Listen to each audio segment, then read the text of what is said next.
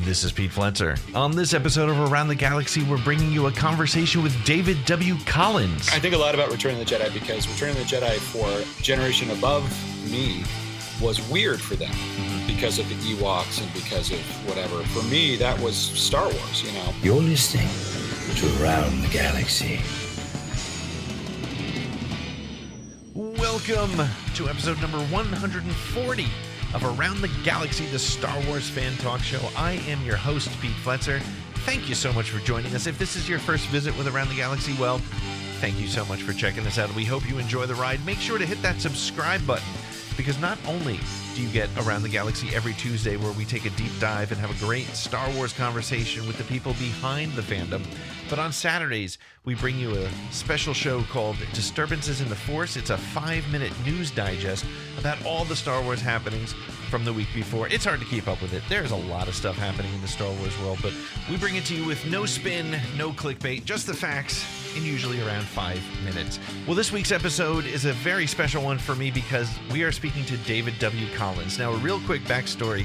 A couple years ago, I discovered a podcast called The Soundtrack Show. And if you are like me and are a fan of movie music, whether it's Star Wars, Indiana Jones, Superman, the old Westerns, classic movie music, and even video game music, David is an expert, and he has a podcast which analyzes and takes things apart and really makes you understand the sort of magic that goes into making movie music. What I did not know when I discovered David's show was that he's been at Skywalker Sound for about 4 years. He has worked on LucasArts video games that I've been playing as far back as I can remember playing video games. He was the voice of Proxy from The Force Unleashed. He's also the sound editor on The Bad Batch, and he worked most recently on the Galaxy of Sounds project, which just launched on Disney+. He's been working on so much Star Wars. But before we get started, I want to give you a quick heads up. There's going to be some information about the upcoming Make-A-Wish charity event that we are so proud to be hosting, coming up a little bit later in the show. And before we get started with David W. Collins, let me bring in my friend, ATG3. What, your friend? Yes. Oh, that's very sweet. Well, you know, I'm a good guy. I hope you still like me after I do this thing. Okay.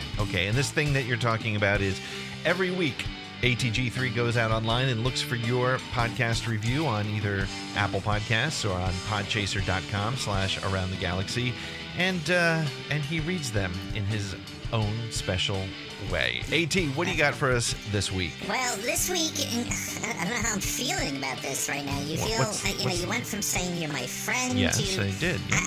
I'm a bundle of emotion. Okay. And I'm a droid, so I don't even have emotions. Okay, move along. Well, this week's review comes to us from podchaser.com, and it is from somebody named Nick M. Oh, Nick Milky, Podcast of the Wills. Do you know everybody No, who leaves your... not everybody, Anyway, no. So he says that ATG is the premier Star Wars interview podcast out there. Oh, the super host, Pete, I'm guessing he's talking about you, Yes. has such a warm and amazing way of interacting with his guests, not his co-hosts, Okay. that allows them to tell some of the best stories by creators, authors, fans, actors, and so much more. How much did you pay Nick for this review, by the way? Come on. Yeah, okay. Just keep... He says, there are a lot of Star Wars shows out there. Tell me about it. But Around the Galaxy should be number 1 on your list. That was very nice. Pete, if it makes you feel better, I always think of Around the Galaxy as a huge number 2. Okay, see, that's why I do... That's why... Well, before we get started with our interview with... his interview with David W. Collins, make sure to follow us on all your social media channels at ATGcast. And now, David W. Collins after these messages. Hi, this is David W. Collins, and you're listening to Around the Galaxy. David, how are you? I'm doing well, and thanks for being so flexible. I want to open with an apology to you and your listeners for the rescheduling. It's taken forever to come on here, and And I'm just so glad we got to get it done. And hopefully next time it won't be so crazy. But Well, yeah, I thank you. appreciate. Yeah, you've been a little bit busy with things, so it's totally understandable. The soundtrack show is how I discovered you, and it's one of those shows that it's one of my favorite, if not my favorite, podcasts. I never miss it, and I can't wait for the. I know you're in the midst of trying to get the next one out, but it's just such a great show. If anybody's got any interest in soundtracks for movies, it's a show that you absolutely cannot miss. And the funny thing is, I was a fan of that and wanted to have you on the show before I did a little bit of extra research and realized that you are so involved in all the Star Wars stuff that I've been involved in my life, listening to and playing with it and getting involved. I did not know. So let's start a little bit with your Star Wars journey. You grew up with Star Wars, I imagine. Maybe tell us a little bit about some of your early experience with the saga. Sure. I mean, Star Wars came out. I was born in 1975, and so Star Wars came out right before my second birthday. And it's just something I've always known. My older brother had that classic Star Wars A New Hope wallpaper, that I used to stare at. And I had a friend that had an early Betamax copy of it, or a VHS copy. I don't know how he got it. But every time I'd go over, I'd want to watch it. This is by the time I was 4 or 5 years old, and then Empire comes out. I mean, it was that thing that in my life that was bigger than anything else. And in my childhood estimation, everything else was trying to aspire to be as good as Star Wars, and never, in my estimation, was.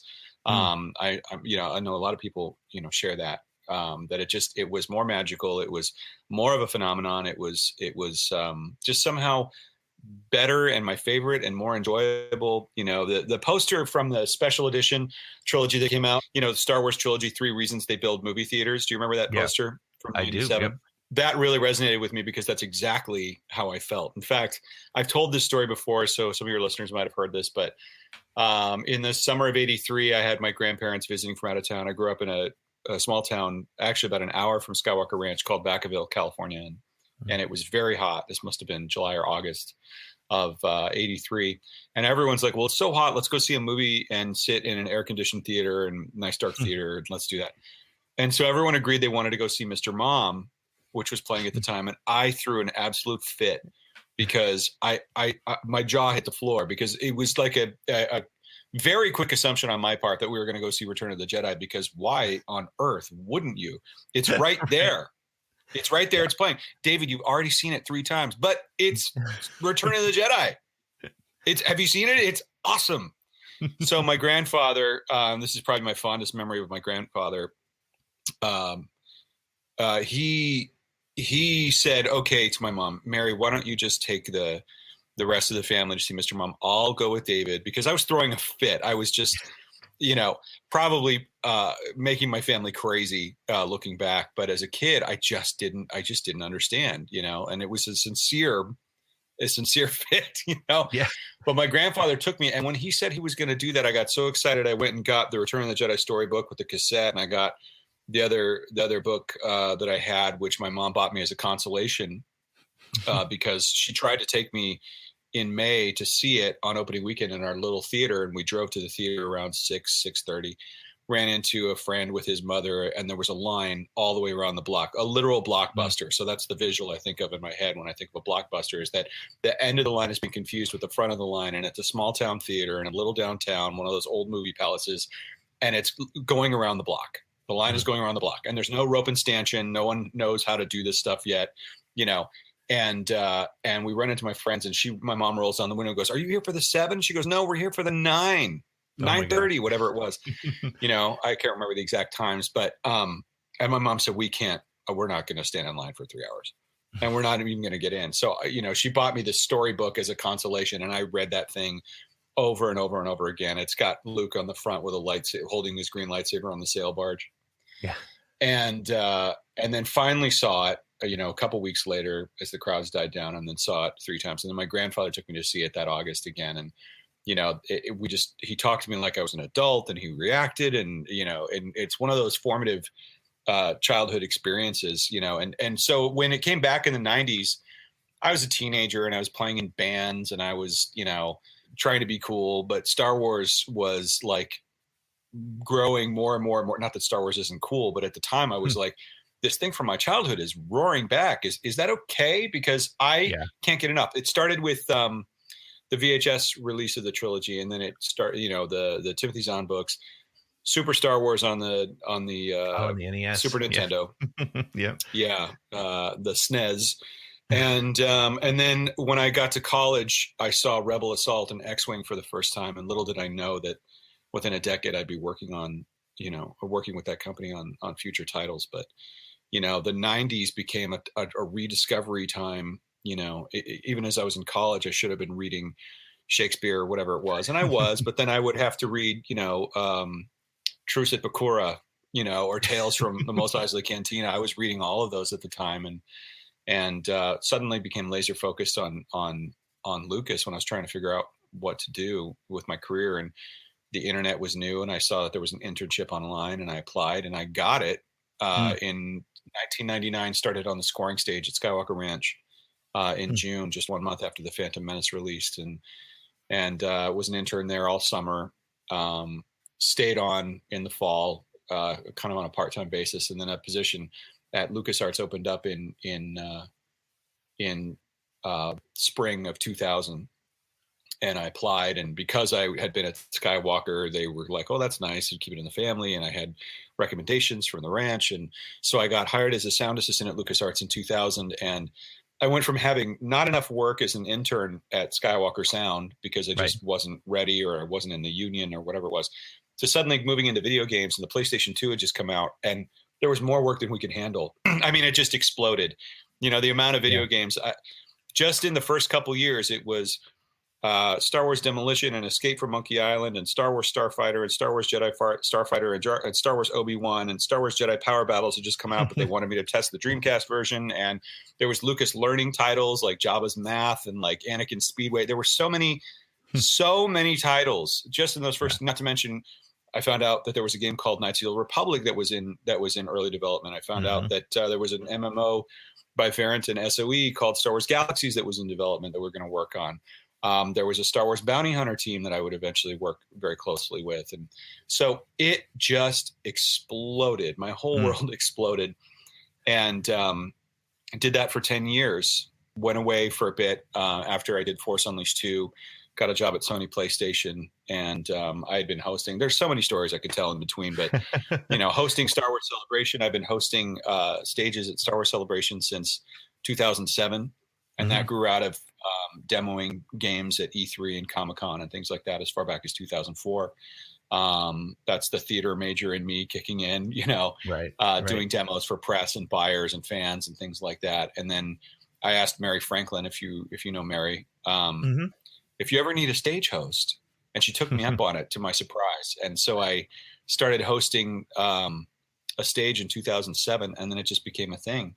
I've been hosting ever since. And so that was really great. And through that, I got to know Matt Wood a little bit better, and Dave Filoni and things like that. And eventually, when my voice acting career was taking off, Matt called me to be involved in Force Awakens and Rogue One, and I started working more with him and doing sound for like the Blu-ray documentary features on Rogue One and Last Jedi and Rebels, and so he finally hired me at Skywalker Sound in 2018, and this was February of 2018, and so I'm about to complete my 4th year with Skywalker Sound, and I've probably done more in the last 4 years than I did in 10 LucasArts, and that was insane. I mean, it's the Disney Plus, the launch of Disney Plus, all of the content. I remember when I did Force Unleashed, I was so proud that I made 45 minutes worth of cinematics in that game, and I did it myself. I mixed it, and it was kind of like the first Star Wars episodic thing I'd really done in terms of post production. Now I do that every month. I do one or two episodes. Not quite. That's a little aggressive, but I do at least one a month. Yeah. It's interesting too, because the technology has evolved. I mean, I used to have an 8-track digital recorder, and I was amazed at, first of all, how much I spent on it, and second of all, which one was it? The Roland VS880? Which one was it? It was. I think it was the big white one, right? Was that the Roland? Tascam? No, that was the Tascam. Yes, it was the Tascam. And and it was amazing. There was so much, and now Logic Pro and a MacBook, and I've got better equipment than I could ever ask for 20 years ago. But it's probably helped allow you to work through pandemic, right? I mean, because it feels like Disney Plus churned out more content during pandemic than they, I mean, they had no choice, right? That was when pandemic, or when Disney Plus sort of launched, but it didn't seem like it slowed them down dramatically. So I guess having all that sort of portability with equipment helped you out a bit. Can't believe that, if there's one, silver lining in this, tragic and horrible time that we've had in the last couple of years, is that there have been pipelines established for the first time in how to successfully work remotely on very technical projects that, before was always a matter of having to go into the building. But working from home, I've been building up a home recording studio since 1999. I buy a piece here and buy a piece there. And even before then, when I was a teenager, I had a Tascam 4-track on cassette, a little cassette. They sounded terrible.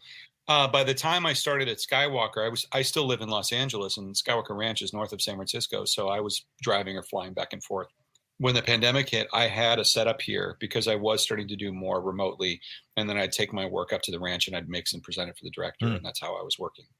The last one that I did was Galaxy of Adventures, which were these really fun YouTube, almost anime inspired shorts. Yep. That was February of 2020. And I was up at the ranch and I saw Bad Batch in Matt Wood's office. And I said, I want to do this show because I had worked for 2 years on a game called Republic Commando as its audio lead. Yeah. And that was a huge project for me. And this very much was kind of a Filoni Lucas take on that idea, clones with very extreme personalities working together as a squad or a unit, and or a clone force. And and so I really wanted to do that. And he said, okay, well, let's get you that show. And thankfully that was the show that saw me through the pandemic. I started working remotely, as did everybody. They had to figure out how to finish Mandalorian season 2 remotely. Right. They had to figure all that stuff out. I mean, I started going up to the ranch again eventually, but just like the entire world, for a while, the ranch was closed. I guess it's okay to share that first 72-minute episode I did entirely from home. Oh, wow. And I had to. I mean, think about the timing. It came out. I mean, it takes a long time to do, however many, 18, how many episodes of season 1 are there? I can't even remember. 16? It takes a long time to do that many episodes. That's something like almost 500 minutes of content. Right. And so you don't do it the month before it comes out. You do it like a year. You started at least a year before, and that's just sound. They've been going for a while. So eventually I was able to go back to the ranch, and if we had tweaks that we had to make because of the pandemic, we were able to make those, and that's great. But I knew this space very, very well. I've mixed a lot of stuff. Plus I had all my old mixes from Resistance and other stuff that I had done. I had just finished actually listening to the first 6 films in the studio because I remastered them for airplanes, like little things like that, that don't really, Matt Wood was like, hey, can you do this? Can you remaster these? They need to be at a different spec for in different languages. So the English was already done. Wow. He needed me to do something like a dozen other languages. So I listened to those films so many times in my studio, and then suddenly lockdown happened. And I'm like, okay, I think I can do this here for now, People were editing remotely from home, on Mando. I wasn't on Mando season 2 except for the voiceover that I did. But yeah, I mean, the pandemic was, and everyone that I've talked to, I did an interview with the Queen's Gambit composer, Carlos Rafael Rivera. I talked to the Cobra Kai composers, and little in their world had changed because of the pandemic, because they were set up at home as well. So with the sort of democratization of really great tools, like you mentioned, Logic Pro, there are ways to do it.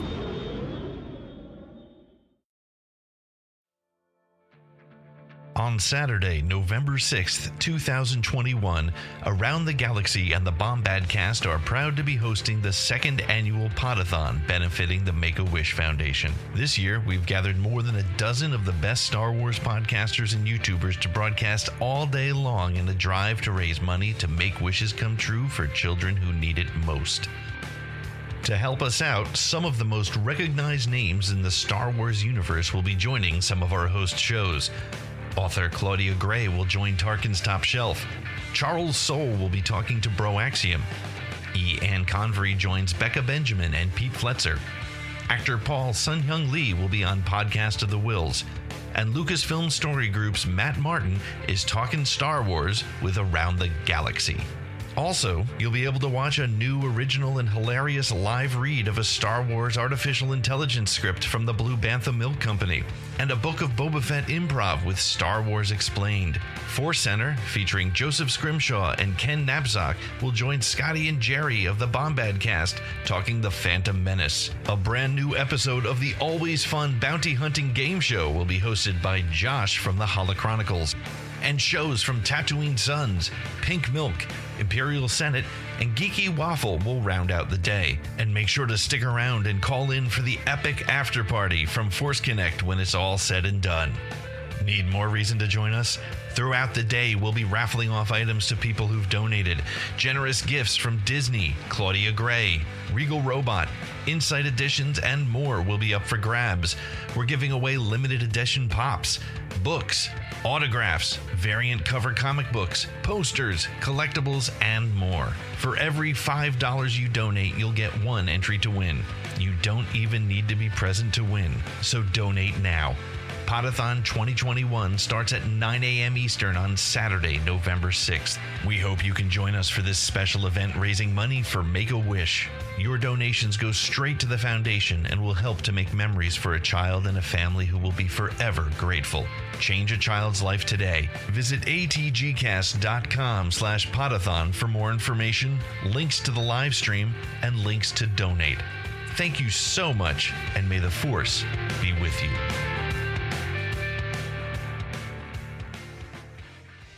This is Stephen Kent, and you're listening to Around the Galaxy. You had mentioned before about how Star Wars, the poster, and I remember I had that poster for when it first came out, and it's like one of those things that got lost in one of the moves somehow. I don't know how, but the Star Wars, the reason they make movie theaters is that whole concept. But now we're moving toward a very heavy watch at home. I'm fortunate I have a good television and surround sound system and a nice room to watch stuff in, but I'm not gonna lie, there's been times I've watched The Mandalorian on my phone, and so it's, how does that impact you as a sound designer and somebody working in that side of it? Do you design for big and hope people get it small, or do you have to think about all the different ways it's being delivered now? I do. So that's an excellent question. Particularly where you really saw it develop was translating theatrical mixes down to Blu-ray or DVD. That was happening a lot for the last 20 years. And what's interesting is that I've always had a spec to hit. So when I was doing Resistance, there's a Disney Channel spec. They say, here's your technical specifications for the Disney Channel. Disney Plus has the same thing. So there are technical specifications that you're trying to hit, and they're designed so that you have some dynamic range, like a Blu-ray, which is actually something that's really nice about Disney Plus, is that, you'll notice that shows on streaming have more dynamic range than shows on broadcast television.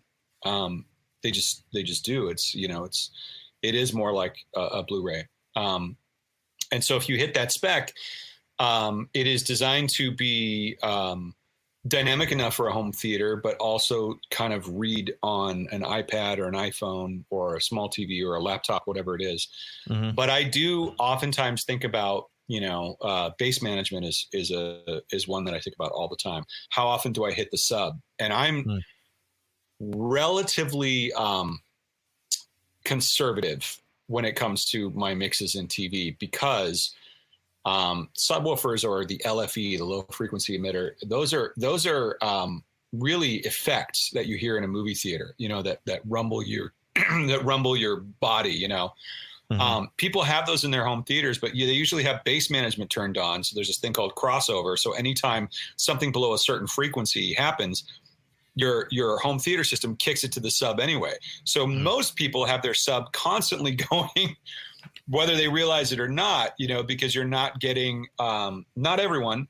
Some people do actually have a discrete low frequency sub send going. But my take on it is that they're going to be getting that low end anyway. And that's something that I had a lot of discussions about, not when I was at Skywalker, but when I was working on the PlayStation 3 and 4 and the Xbox 360. We talked about mixing a lot because, the subwoofer is always getting hit, whether you want it to or not. Right. That's my experience in setting up my home, my living room as well, where I'm just like, man, this sub is always going, and you got to get in there and mess with it. And I'm thinking, well, if I'm doing this, what are the chances that the average person are doing this? Maybe high, but I should probably just back off a little bit. That being said, I still will thump, those mixes on a big explosion or a big punch or, I told a story the other day when I was mixing Wrecker in the Bad Batch, his chip activates. There's a nice bass drop that happens, and Kevin Kiner's got these wonderful synths happening. And it shook my room so badly that I had a statue fall off a speaker. Why I put it on a speaker, it was the dumbest thing I've ever done. But I moved into the space, and I'm like, I'll put that there, and and it wasn't until I was really like rock and roll cranking it. And I did that scene over and over and over again because I was trying to figure out how to use silence dramatically. I will shake the room when I'm mixing, especially when I'm mixing up at the ranch, which, we're all back at the ranch mixing now. And the mixers were the first ones to go back for exactly this reason, to kind of hear a tuned, perfect experience, but right. I'm always curious how it sounds on a phone, or an iPad. Those are very important. So do you watch your mixes on all of them, or do you? I mean, it's like when I do. I do. Yeah, not as much as I used to, but when I first started with Resistance, I did a lot. Yeah, because I really wanted to know. I really wanted to know how it translated, and you learn a lot, So, but you're always your own worst critic when you're doing that stuff. I'm sure. But yeah, I do. Yeah. Now we mentioned the soundtrack show, and I know that obviously you have a musical background and very attuned to music. However, you were you put together the Galaxy of Sound program, which came out, which surprised everybody, and I couldn't have been happier. I've been it's funny. I was watching it with my son just yesterday, and he's like, what is this? I'm like, it's all the cool sounds from Star Wars. But so as a person who understands better than a lot of people, the impact of music, and I think we all know John Williams, especially those of us who grew up with Star Wars as young kids, the Williams soundtrack was our way to see the movie again in our minds, right? Because we didn't have it on VHS necessarily, or we couldn't go to the theater every day. But you had to watch almost every piece of Star Wars that's been put together to put that out. How was it watching it without the music? How did that strike you? That's a great question. So yeah, I mean, obviously, like, all of your listeners, I've seen the movies a million times, and the Galaxy of Sounds was put together from 11 films and 16 episodes of Mandalorian, all the first 2 seasons. I had to retrieve the archive and basically get everything in isolation. So I had isolated dialogue, effects, creature stems, Foley stems, and music stems. And I, sometimes, and they're all in various formats, sometimes they're, broken up by reel, sometimes they're combined, sometimes they're at 24 frames a second, sometimes they're at 23. And so I had to, do some conversions and some things like that. So just assembling all that stuff so that I had my go-to picture reference was, it felt like it was like a terabyte of just audio, it was so much stuff. When I took so much pleasure in muting the music track and muting the dialogue track and just listening. Sometimes I'd leave the dialogue track in just because I wanted to see how things played without music, and they're very different experiences.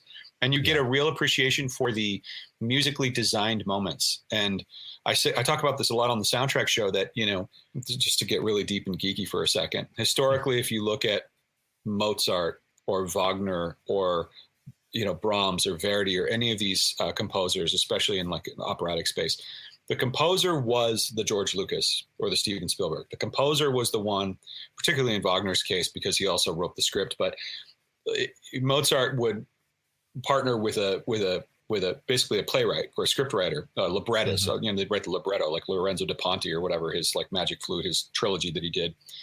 But it was Mozart calling the shots, and Mozart's going to cast it, and Mozart's going to rehearse the orchestra, and Mozart's going to talk about how it's going to be staged, and Mozart's going to do all. That's not how it is in film, with film scores. It's the director, and the director is tasked with basically being good at everything, which is what's amazing about great directors. If you think about being a good director, you have to know about lighting and costumes and art direction and photography and editing and sound and acting and script writing and a myriad of other things. You have to be good at, or at least be, knowledgeable about so many different things. So when you have a great musical moment, that is something that the director has in their mind or has designed, in the editing room or even before the editing room. And if you think about Star Wars, the binary sunset moment shot without sound, without any dialogue and without anything going on, he knew consciously in the desert in Tunisia that was going to be a musical driven moment when he shot it. Because he says these movies are like silent movies. And what does that mean? And silent movie, the more I study film, the more I realize that the whole idea of a silent movie is probably one of the most tragic misnomers of all time in the entertainment business, because what it should be called, not a silent movie, it should be called an unsynchronized operetta or it's a movie without synchronized sound. Right. But all of those movies were wall-to-wall music. And I mean wall-to-wall music. Historically, some of them with full orchestras playing them, Right. So when he says he designs these like a silent movie, he means that, it's pure cinema. It's music and it's visuals and there's no dialogue, and that's what's telling the story. And so that comes from George Lucas. It doesn't necessarily come from John Williams. And we actually know historically that John Williams, had to have two swings at the bat in order to arrive at the binary sunset, because the first cue that he wrote was very dark and kind of sci-fi and very Dies Irae inspired. And it was George Lucas that said, no, use the more lyrical, romantic theme that you wrote for Obi-Wan for The Force and do that here. And Williams said, okay. So they went back like a week later and they re-recorded it. But that was George Lucas's call. And the reason I'm telling you this is because if you're looking at a movie like Star Wars or The Phantom Menace, you can see those musical moments, and they really stand in high relief once you remove the music. So when I was doing Galaxy of Sounds, and the throne room is a great example, and it's been parodied on the internet very wisely. That is a musically designed moment. So much so that in the final mix, the only thing that's there outside of the music is a little bit of Foley. You can hear the metal going on their neck. You can hear R2 at one point, but there's very little. So when you expose it in Galaxy of Sounds, 90% of Galaxy of Sounds was more like 95%. Pure, unaltered, what was in the movie, true to the movie sound, just without music and dialogue. But there were some cases, because they were so cleverly edited together, like these sound poems by Trish Brunner's group at Lucasfilm. There are some cases where you needed to fill something in, because on the mix stage, the mixers had turned it down in order to favor the music. And so all that's there is the music, and there's nothing in the effects track. It's just gone. So I had to restore it, And the argument that I would say to myself was, well, who's to say there wasn't something there? Because when I'm cutting on a show like The Bad Batch, I go for full coverage on sound effects, and the Foley crew goes for full coverage.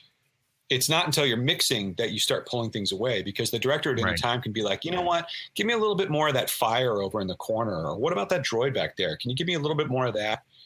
And if you don't have that on the stage, you're like, give me a second. And then you have to like cut it in. So you have to cover everything. So most of the time those details are actually cut, but whether or not they make it to the final mix or even audible in the final mix is really the question. So in my head, I'm thinking, well, I'm just kind of restoring what was most likely there, because it's not in the archive, and it's, this is the way the movie's been for close to 50 years. I just can't believe I'm saying that. Yeah, I know. It's 40, almost 45 years. So maybe I'm jumping the gun a little bit on the 50, but well, it's Lucasfilm 50. So I just got the Lucasfilm. Exactly. The Lucasfilm 50. I just got the Her Universe sweatshirt. I've been wearing that this week. But yeah, so Galaxy of Sounds, there were a couple times, this happened in Rise of Skywalker as well, where there's that ending shot where Rey goes out to see the twin sons of Tatooine, and BB-8 follows her. Mm-hmm. And it's a completely musically driven moment. So you bring up the effects stem, the isolated effects, there's nothing in it. So I had to recreate the BB-8 rolling through the sand and joining her and add a little Tatooine wind and things like that. But those were far and few between. Most of the time I was just shot by shot resyncing the edit they had done for Galaxy of Sounds by going into the movie, grabbing it, realigning all of those, and then saying, does this one need Foley or does this one not need Foley? Certainly for the hugging montage, we got to leave all the Foley in, and maybe I goose it up a little bit because there's nothing else in the shot, right? So yeah, that was really fun, but it really just about balancing all that stuff. And, do I cut before, do I lead the cut with sound? Do I leave some afterwards? Do I use reverb to kind of wash into the next transition? They cleverly edited one action sequence with the elevator beeps of Luke coming up the elevator to the Dark Troopers, and that beep went through every shot. So some of it is not literal, obviously, but a lot of it is just meant to be a faithful love letter to all of that hard work that all those artists did.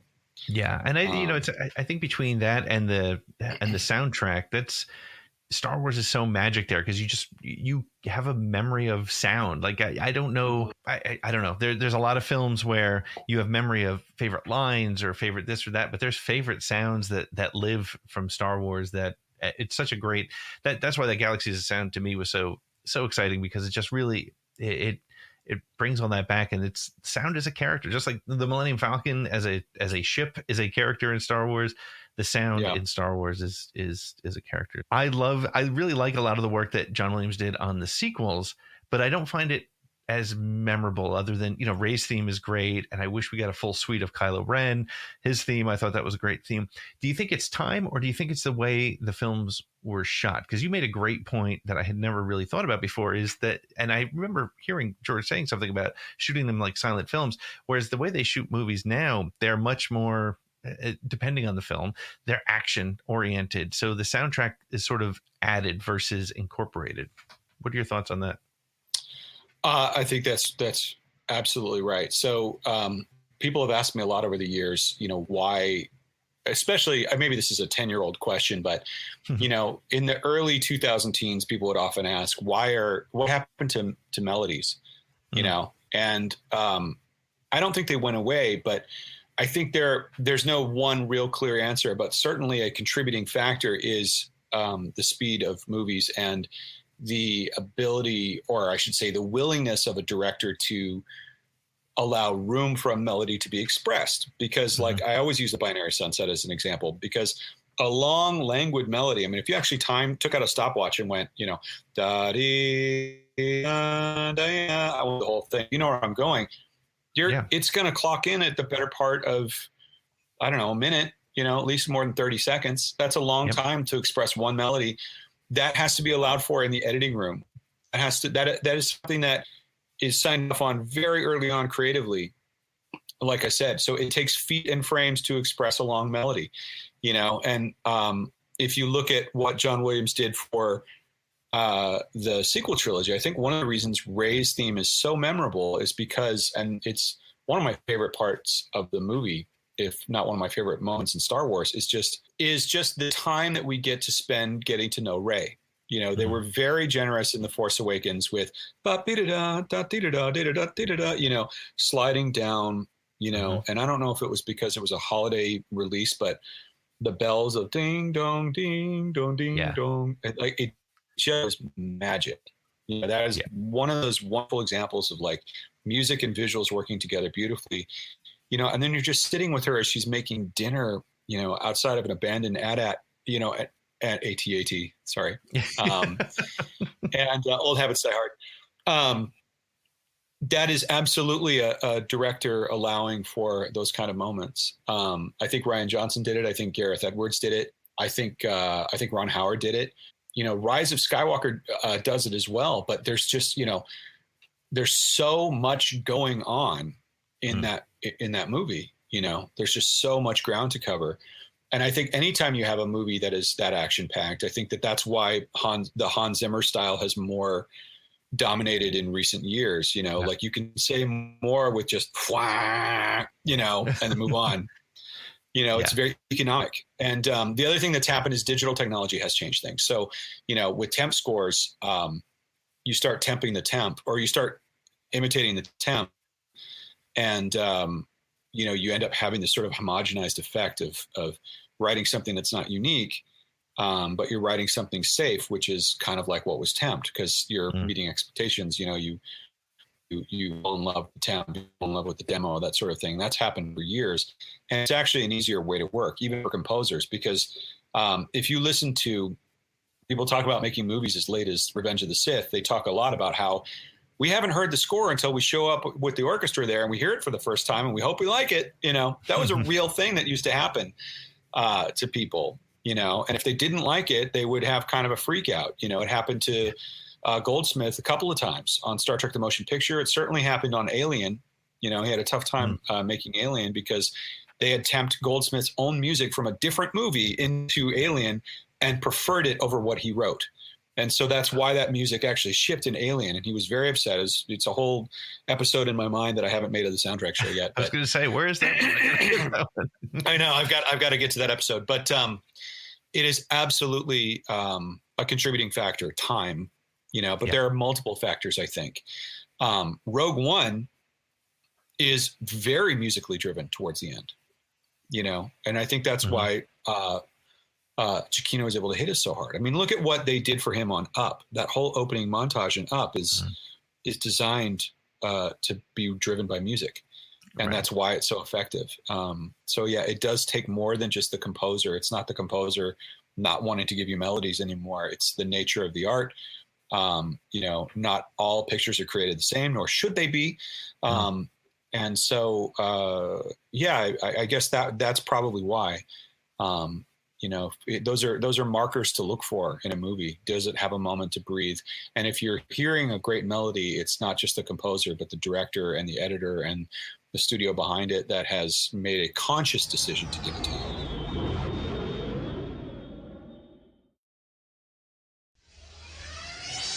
Hi, this is Mark Newbold from PantherTracks.com, and you're listening to Around the Galaxy. Sticking with soundtrack questions, how did you respond to the Göransson soundtrack for Mandalorian? I will say it took me a moment to get used to it because it's quite different than what we expect for Star Wars. But I correct me if I'm wrong, but actually some of the sound effects in Star Wars or in Mandalorian come from the soundtrack. There are some blurred lines. Yeah. I didn't work on sound for Mandalorian season 1 and 2. I did voiceover. I did a. It's actually I'm of course secretly thrilled, but also publicly embarrassed that every other stormtrooper is me going, "Sir, it's a Mandalorian." It's me and Sam Witwer and Dave Acord and Matt Wood and V3X doing all those stormtrooper voices and. And, I got to do the guy who's like, you might want to wait a little while. The Moff just killed somebody, so maybe stay on. He was talking to those bikers in end of season 1. This is Mos Eisley Tower. We're tracking you. I just did so many voices in those shows. And at the time, I think part of it's because nobody knew if it was going to be a hit. We didn't, And so early on, I was brought in to do some voices like I was in the films. So I didn't hear the music, back to your question, until it debuted on Disney Plus. Okay. And being a fan of Ludwig Göransson, I absolutely loved his score for Black Panther. I loved Creed. And when I first heard it, well, first of all, when you see it, it's so visually striking at first because you think of the Searchers, when you see the visuals. And when I heard the music, I said, oh, I see. He's going for Morricone. He's going for Sergio Leone. He's going for,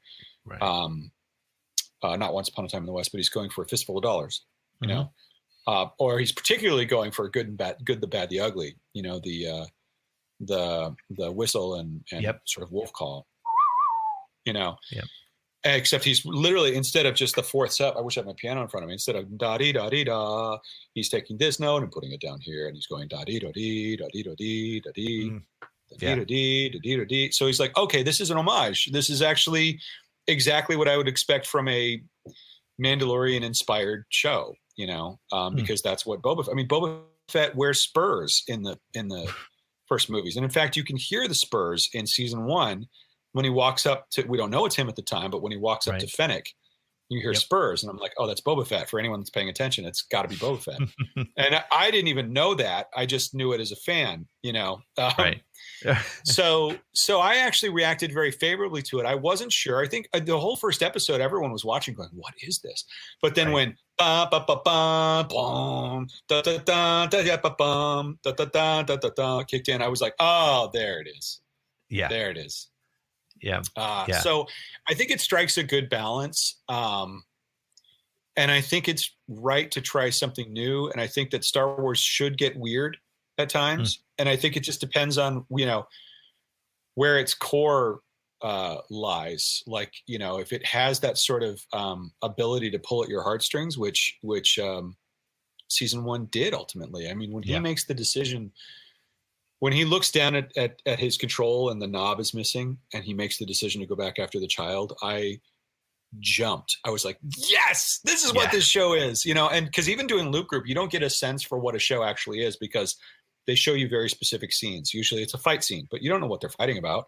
And you don't even know what they're saying half the time. You're just like, I'm going to be that alien over there going, Tipuna! Or whatever, and then so I do that. We did all those Raiders, in like a day, I think, in that Seven Samurai episode that Bryce Dallas Howard directed in the first season. Okay, cool. We did all those Raiders, and so you see that stuff, but you don't necessarily know. You don't see the quiet scenes. You don't see the drama building. So I reacted to it very, very much the way that everybody else did. And I'm excited that he's coming back for Book of Boba Fett because I think the theme that he wrote for Boba Fett it's possibly my favorite music in The Mandalorian. That is, he kind of captures almost like a panting giant dog hunting something down with the sound of it. And I'm so excited to hear more Goranson in anything that he wants to do. Yeah. But as I was saying, like when I first saw it, I was like, this feels strange because you expect the giant cinematic or orchestral cinematic score, but it works. And that's great that it's branded itself that way. Yeah. Yeah. And I think that, again, I think it's great when Star Wars takes an odd turn. I compare it to Return of the Jedi. I think a lot about Return of the Jedi because Return of the Jedi for a generation above me was weird for them because of the Ewoks and because of whatever. For me, that was Star Wars, It's similar to how people who grew up with the Phantom Menace feel about the Phantom Menace. That is Star Wars. Clone Wars, same thing. So if you actually take a step back and think about the disco that was in that, with Lopty Neck, and then Jedi Rocks, and you think about even John Williams. John Williams did some really strange stuff in that. He had this like panpipe or whistle. The whole Parade of the Ewoks is a huge departure. Yep. And certainly Jabba the Hutt's theme, of course, he loves the tuba. He used it a lot in his previous scores. He even wrote a tuba concerto. I don't know if people know this about John Williams, but he loves using the tuba. Used it a lot in Jaws. Used it in Fitzwilly. He uses tuba all the time, But they cut around the Jabba's theme. If you notice, it's always on the soundtrack. They'll even play it live. But if you go looking for Jabba the Hutt's theme in Return of the Jedi, it's not completely gone, but nearly gone. Like they just decided not to use it because it was too weird, But then it makes a glorious return in the Phantom Menace in the parade, when Jabba the Hutt shows up. It's like big brass, and the low brass goes dum bum bum ba-dum. He used electric guitar in Attack of the Clones. It's on the soundtrack. It's not in the movie, So Star Wars is meant to be experimented with, and sometimes those experiments work, and sometimes they don't. I think that in that tradition, absolutely, Favreau and Filoni wanted to do something different, and Ludwig Göransson delivered in spades. Yeah, without a doubt. What's your favorite piece of Star Wars music? Oh gosh, there's so many. It's so hard. The first one that comes to my mind is the asteroid field in Empire Strikes Back. Mm. It's always the first one that comes to my mind. I had a recording from this must have been like the Utah Symphony Orchestra. It was a very early all digital recording, I think from the mid 80s. You could buy that album where they're just playing the music like concert music. And, that's when I first noticed how things will be mixed differently for a movie versus just a concert album, because in this mix, it's, you got this dun, dun, dun, dun, dun, dun, dun, dun, dun, dun, dun, and before the flutes go, they had, in the Empire Strikes Back score, the percussion's really low in the mix. Mm-hmm. In this, it was like heavy metal. It was dun dun dun dun dun dun dun dun dun boom, boom, boom, and it was like an explosion, when I heard that. And at the time, I was putting it in a CD player while I was reading, Courtship of Princess Leia or whatever in my dorm room, and I'd be like, "Wow, listen to that," Yeah. And then I'd listen for it in the movie, and it wouldn't quite be there because there's so many other elements fighting for your attention. But that cue that's when I really realized how brilliant he was as a writer of just almost, completely unexpected melodies and strange falling, I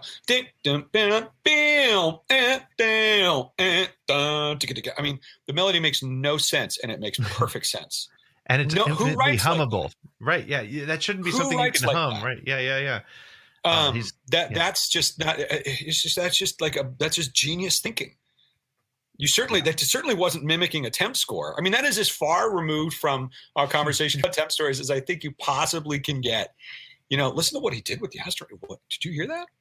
I just don't know how he came up with those things, but that's just, his command of symphonic language and harmony and melody and everything is just, I mean, he is our sort of last living link to that classic Hollywood school of Mancini and Bernard Herrmann and Korngold and Steiner and all of those greats that he played with. Most people don't know this about John Williams, but he played on West Side Story. He played on To Kill a Mockingbird. He's playing piano. He's playing on Breakfast at Tiffany's. He was at the CBS Orchestra at Columbia Pictures doing all that stuff as he was getting into writing for television. So like he was around all of the greats. And, he was either orchestrating or playing for them or orchestrating big band stuff. He was orchestrating stuff when he was in high school here at North Hollywood High, which is, a couple miles from here. I mean, he's been doing it his entire life, and it's why he's so good on pencil and paper. So when I hear something that complex and that weird, I'm just thrilled. I will say, and this might be controversial to some people, I still maintain that The Phantom Menace is the greatest single piece of Star Wars that he's ever written. It's funny you say that because that has survived so well. That soundtrack, yeah, it's huge, and I go back to it. And if you told me 20 years ago, I don't know that I would have thought that. But why do you think so? There's a lot of reasons. I think it's it was made like a traditional Star Wars film, in that the film was largely done when he set about making it. It does have musically designed moments in it. And so does Revenge of the Sith. I think Revenge of the Sith is kind of the bookend to what he did in Phantom Menace. But Duel of the Fates is a stroke of genius. And this idea of using a Greek chorus, if you will, in your drama, you're adding characters on the screen that you haven't, that aren't there. But Wing is you're at once in this sort of modern story giving sort of an ancient context to a battle of good and evil, almost like what we saw in Rise of Skywalker, this idea of all the Jedi being there. That is musically realized in the Phantom Menace, and it lives only in the music. You're seeing, the devil incarnate in Darth Maul. I mean, that classic sort of like red devil come out in all black with the dual lightsabers, and then you're seeing your heroes, battle, and you don't know which way it's going to go. And the music is just almost like telling the story of a battle between good and evil that's lasted for a millennia or longer. And that is all being done with the music, and the visuals are amazing. I mean, it's like my favorite part of the movie is, I mean, that I just remember my heart was pounding the first time I saw that sequence. But I just think it's incredible. And I think it's also because of the time in his life when he was writing that. He was using more chorus. That was kind of the hotness at the time. You know, Carmina Burana by Carl Orff was being used in every trailer ever in the 90s. Mm-hmm. But he also, just his language with music, you know, became like his harmonic language became less avant-garde and less 70s, and I think a little bit more like Vaughan Williams, I guess you could say, or you know, it became a little bit more operatic at the time. And I think that was just, I don't know. I just think as a movie, as a whole, it just never stops. It's just from beginning to end, just an incredible score, moment to moment. I mean, I wouldn't say that my favorite pieces of all time come from there, but I think as a well-made movie from beginning to end, it's also one of the greatest sounding. I mean, it's Sean Murphy and Abbey Road and London Symphony Orchestra. It just sounds incredible. You know, I think unfortunately the end of Return of the Jedi is probably one of his greatest works of genius ever, because it's just all music, and, you know, for 30 solid minutes, he's just writing crazy music. Mm-hmm. But because of the way it worked out at the time, and Anvil Studios had been demolished, and they had to go to a different studio, and before they had really done Abbey Road, you know, there's differences in sound quality there at the end of Return of the Jedi. So it's just overall not as presented as well. And there's also the return of bump, bumps, dumps, bump, bump, bump, bump, bump, bump, you know. So yeah. Phantom Menace is just, I think, overall, to return to Star Wars and to do it that in a way that's that strong, sets a precedent, not just for the rest of the prequel trilogy, but I think about ultimately what he would do for the sequel trilogy. It sent a really clear message of, hey, I know that this is 16 years old or whatever, but I'm gonna, you know, just aim for the stars, forgive the pun. Mm-hmm. And he did, and it's incredible. Yeah. Well, David, thank you so much for spending so much time with us today. I know you probably have some important Star Wars work to get to, so I just realized we've been talking for an hour. You probably have to get going as well. No, I don't know if I answered all your questions, because I ended up talking your ear off. And I'm so sorry. Oh no, that's fine. Hey, that just means I'll have to have you back on sometime. So we'll that'd be great. Questions. So, David, where can people find you online? The best way is Twitter, Twitter and Instagram, but at David W. Collins. I wish I could tell you what I was working on right now. I can't. Maybe once it's announced and it's released and all that stuff, then we'll be able to come back and talk about it. Yeah, if you're a fan of anime, I just dubbed a thing called Kuriko's Basketball, which is on Netflix, season 3. If you have kids and you watch a Boss Baby, I play the dad in Boss Baby Back in Business on Netflix. Voltron I did. You know, it's still doing lots of voiceover for TV and film and things like that. Please check out the Soundtrack Show, soundtrackpodcast.com, or you can just Google the Soundtrack Show or search for it anywhere you get podcasts. I will get back there eventually, but there's something like, I don't know, close to 50 episodes, and they really are meant to just be something you can pick up at any time. So please check that out, and yeah, thank you very much for having me. Well, that wraps it up for another episode of Around the Galaxy. Thank you to our guests, and thank you for listening. If you had fun, please check out our website at atgcast.com, and also our Patreon program if you'd like to be a part of the live virtual audience. Head to patreon.com/atgcast. Follow us on all your social media channels at atgcast. And our music is brought to us by the band Silver Colored Knob. You know, that name gets me every time. You can find them wherever you listen to music, like iTunes or Spotify or wherever. And this has been copyright 2021 Pete in the Seat Studios. Ichuta.